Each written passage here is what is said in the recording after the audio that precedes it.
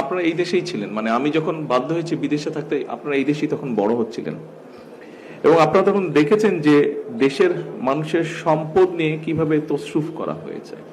পরবর্তীতে বিভিন্ন সময় আমরা জেনেছি, আমি ঘটনাগুলো বলেছি আবারও একটু আলোচনার জন্য, যেহেতু আমরা আলাপ আলোচনা করছি এখানে। আমরা দেখেছি যে বাংলাদেশে কিছুদিন আগে গত এক যুগ, মানে বিশেষ করে 2008 সালের পর থেকে অনেক বড় বড় প্রজেক্ট হয়েছে। সেটা ভালো কথা, প্রজেক্ট হতেই পারে, একটি দেশের জন্য প্রয়োজন আছে। কিন্তু সবচেয়ে আনফরচুনেট যেটা ব্যাপার হলো, যেমন রূপপুর যেটা হয়েছে নিউক্লিয়ার পাওয়ার, আপনি হয়তো ভাবতে পারেন যে আপনার এই সিটের সাথে এটার কি সম্পর্ক আছে, আমি সেখানে আসছি।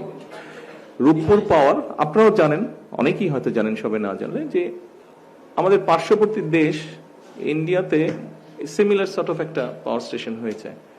খুব সম্ভবত তারা এবার 14,000 কোটি টাকা, কি 14 থেকে 15,000 কোটি টাকার মধ্যে সেটা করেছে তারা। আনফরচুনেটলি আমাদের এটার খরচ পড়ছে 96,000 কোটি টাকা, 3 গুণ বেশি খরচ পড়ছে, মানে আরো বিভিন্ন খরচ আছে এগুলো নিয়ে। এখন আপনি চিন্তা করে দেখেন, এই টাকাটা কিন্তু আপনারা যারা এখানে উপস্থিত আছেন, আমরা যারা এখানে সকলে এই ঘরে উপস্থিত আছি, প্রত্যেকটা মানুষের কাঁধের উপরে কিন্তু এই বোঝাটা এসে পড়েছে।